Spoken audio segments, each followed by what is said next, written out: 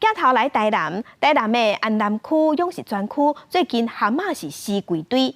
在地渔民即马是质疑讲，因为附近有3座土沙场，伊是认为讲，这土沙扬飞，这会影响水质，害蛤蟆死去。不过工务局是回应讲，伫遮本来就有2座，那第3座是还未开始用，认为应该毋是这个原因。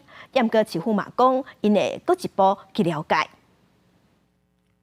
原本伫土内蛤蟆煞规个匍起来，甚至死一堆伫岸边。这是台南市安南区勇士专区，城西里遮有渔民指控，长期以来附近的土场每若透风，土沙就会四个飞，甚至落雨着沙水流落大摆内。地处渔民的蛤蟆壳水质的反射甲污染，渔民二三嘛到议会向店市长黄伟提定情。唔通去互伊延期，去甲阮做去回收，安尼阮带规整来去市政府。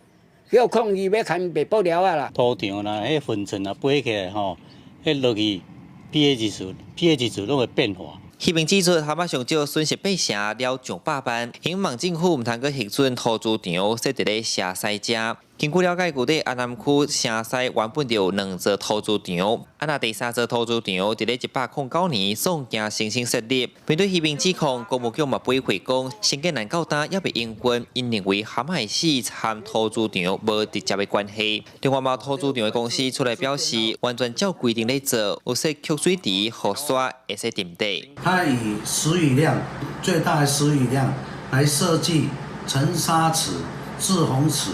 的规模会因为进流水跟排放都取得一个正常的流程。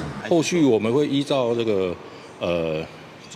土石帮的管制条例去要求土质厂的业者做好这个，不管是环保的部分，或者是这个分类的部分我们都有规定在要求。农业局讲会委托第3公证单位去按场附近针对水质甲土壤采样做检测，会搁进一步了解蛤蟆死亡的真正原因，并且做改善，严格把关保障渔民的权益。